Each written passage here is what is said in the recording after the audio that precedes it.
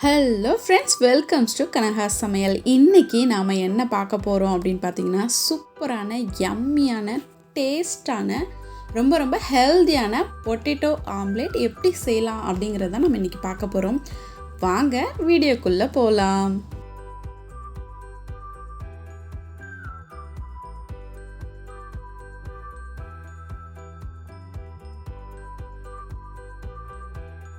இப்போது நான் ஒரு 3 உருளைக்கிழங்கு எடுத்திருக்கேன். அது நல்லா தோல் சீவிட்டு வாஷ் பண்ணிவிட்டு இது மாதிரி சின்ன சின்ன பீசஸாக கட் பண்ணி எடுத்துக்கோங்க. அப்போ தான் பொட்டேட்டோ உங்களுக்கு நல்லாவே குக் ஆகி வரும்.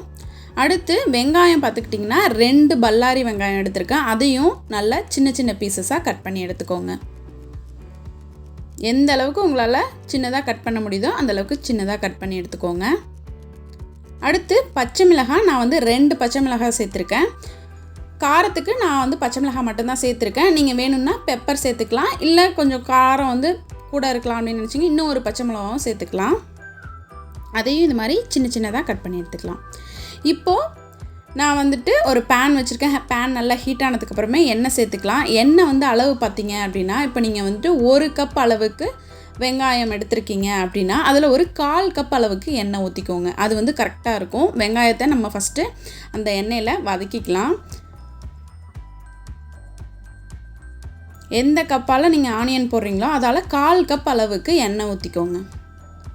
இப்போது வெங்காயம் அதில் நல்லா வதங்கட்டும். அதோட ரா ஸ்மெல், அந்த பச்சை ஸ்மெல் எல்லாமே போகிற அளவுக்கு நல்லா வதங்கட்டும். இப்போ பார்த்தீங்க அப்படின்னா நல்லா பொங்கி பொங்கி தெரியுது பாருங்கள் எண்ணெய், அந்த ஸ்டேஜ் வரட்டும்.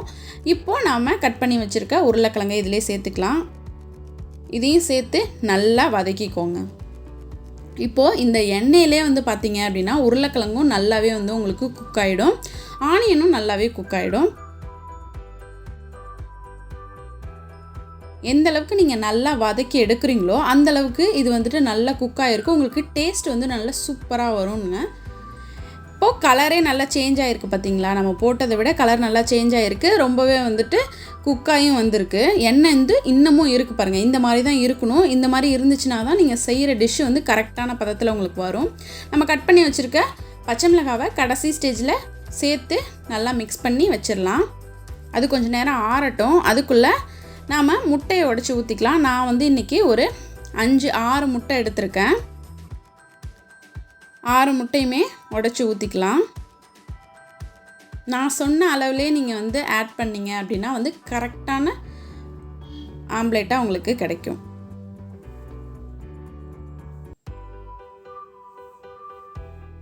ரொம்ப சூட்டோடே நம்ம அந்த வெங்காயம் உருளைக்கிழங்கு இருக்கு இல்லையா மிக்ஸிங்கு, அதை இதில் சேர்க்கக்கூடாது. ஏன்னா அந்த ஹீட்லேயே பார்த்தீங்க அப்படின்னா மிக்ஸ் பண்ணோன்னே முட்டை வெந்துடும். அதனால் கொஞ்சம் நல்லா ஆற வச்சு இதில் சேர்த்துக்கலாம்.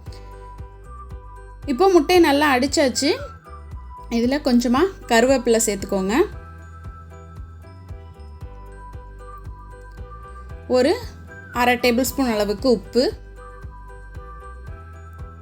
ஒரு 1/4 டேபிள் ஸ்பூன் அளவுக்கு மஞ்சள் தூள் சேர்த்துக்கோங்க. இது எல்லாத்தையும் நல்லா மிக்ஸ் பண்ணிடலாம். மஞ்சள் தூள் பார்த்தீங்க அப்படின்னா நம்ம முட்டையில் சேர்த்து மிக்ஸ் பண்ணும்போது அப்படியே சின்ன சின்னதாக அப்படியே தங்கிரும், அப்படியே சரியாக மிக்ஸ் ஆகாது. அதனால் நல்லா மிக்ஸ் பண்ணிக்கோங்க. இப்போது நாம் ரெடி பண்ணோம் இல்லையா, அந்த உருளைக்கிழங்கு, பச்சை மிளகாய், வெங்காயம் எல்லாமே வதக்கி வச்சுருக்கோம் இல்லையா, அதை நம்ம இதில் சேர்த்துக்கலாம். இதில் சேர்க்கும் போது ரொம்ப சூடாக இருக்கக்கூடாது, லைட் சூடாக இருந்தால் ஓகே, கொஞ்சம் ஆற வச்சே சேர்த்துக்கோங்க. இப்போ இதையும் சேர்த்து நல்லா மிக்ஸ் பண்ணிடலாம். எல்லாம் நல்லா ஒன்றா பைண்டிங் ஆகணும். இப்போ உங்களுக்கு மிக்ஸ் பண்ணி பாருங்கள், இந்த மாதிரி தண்ணியாக இருக்கிற மாதிரி தான் இருக்கும். இதை க்ளோஸ் பண்ணி ஒரு 10 நிமிஷம் அப்படியே வச்சுருங்க. 10 நிமிஷம் கழித்து நம்ம இப்போ வதக்கணும் இல்லையா, அதே பேனை வச்சுக்கலாம். ஒரு டேபிள் ஸ்பூன் அளவுக்கு எண்ணெய் ஊற்றிக்கோங்க. அதில் ஊற்றிட்டு 10 நிமிஷம் கழித்து இதை எடுத்து பார்த்தீங்க அப்படின்னா கொஞ்சம் திக்காக இருக்கும். அந்த நம்ம ரெடி பண்ணி வச்சோம் இல்லையா, அது எல்லாமே சேர்ந்து நல்லா திக்காக இருக்கும். இது அப்படியே ஹீட்டான அந்த பேனில் ஊற்றிடலாம். ஃபுல்லாக எல்லாத்தையுமே நான் ஊற்றிடுறேன். ஃபுல்லாக எல்லாத்தையுமே இதில் ஊற்றியாச்சு. இப்போது அடுப்பு பார்த்தீங்க அப்படின்னா மீடியம் ஃப்ளேமில் வச்சுருக்கணும். மீடியம் ஃப்ளேமில் வச்சு க்ளோஸ் பண்ணி இதை நம்ம குக் பண்ணணும். இது வந்து பார்த்திங்க அப்படின்னா 5லேருந்து 7 நிமிஷம் எடுக்கும். மீடியம் ஃப்ளேமில் வச்சுருக்கோம் இல்லையா, நிறையா ஃபுல்லாக எல்லாத்தையுமே ஊற்றிருக்கிறதுனால 5லேருந்து 7 நிமிஷம் எடுக்கும். இப்போ வந்துட்டு நம்ம க்ளோஸ் பண்ணி தான் குக் பண்ணியிருக்கோம் இல்லையா, இப்போ திறந்து பார்த்தீங்க அப்படின்னா இந்த மாதிரி இருக்கும். உங்களுக்கு மேக்ஸிமம் மேலேயும் வந்து ஓரளவுக்கு குக்காகி இருக்கணும். இந்த ஸ்டேஜில் இது மாதிரி ஒரு பிளேட் வச்சுக்கோங்க. கொஞ்சம் சூடாக இருக்கும், பார்த்து பொறுமையாக செய்யுங்க. அப்படியே இதை திருப்பிட்டிங்க அப்படின்னா வந்துட்டு ஒரு பக்கம் நல்லா வெந்திருக்கும். இப்போ திருப்பி நம்ம என்ன பண்ணணும், இந்த பிளேட்லேருந்து பேனுக்கு மாற்றணும். அப்படியே பிளேட்லேருந்து பேனுக்கு மாற்றி திரும்பவும் க்ளோஸ் பண்ணி ஒரு 5 நிமிஷம் குக் பண்ணுங்கள். ஒரு சைடு வந்துட்டு நல்லா வெந்துட்டு இல்லையா, இன்னொரு சைடும் ஓரளவுக்கு நல்லாவே வந்துட்டு, அதனால் 5 நிமிஷம் வச்சிங்கனாலே போதும். இப்போ நீங்கள் ஓப்பன் பண்ணி பார்த்தீங்க அப்படின்னா சூப்பராக குக்காக இருக்கும். நான் வந்து ஒரு கரண்டி யூஸ் பண்ணி தான் பிளேட்டுக்கு மாற்றுறேன். இதை மாதிரி பிளேட்டுக்கு மாற்றிடுங்க. இப்போ இது வந்து உங்களுக்கு சர்வ் பண்ணுறதுக்கு ரெடி ஆகிடுச்சு. கட் பண்ணி சாஸ் வச்சு சாப்பிட்லாம், செம்ம டேஸ்ட்டாக இருக்கும். உங்கள் வீட்டு குழந்தைங்களுக்குலாம் நீங்கள் இதை மாதிரி செஞ்சு கொடுத்தீங்க அப்படின்னா ரொம்பவே விரும்பி சாப்பிடுவாங்க.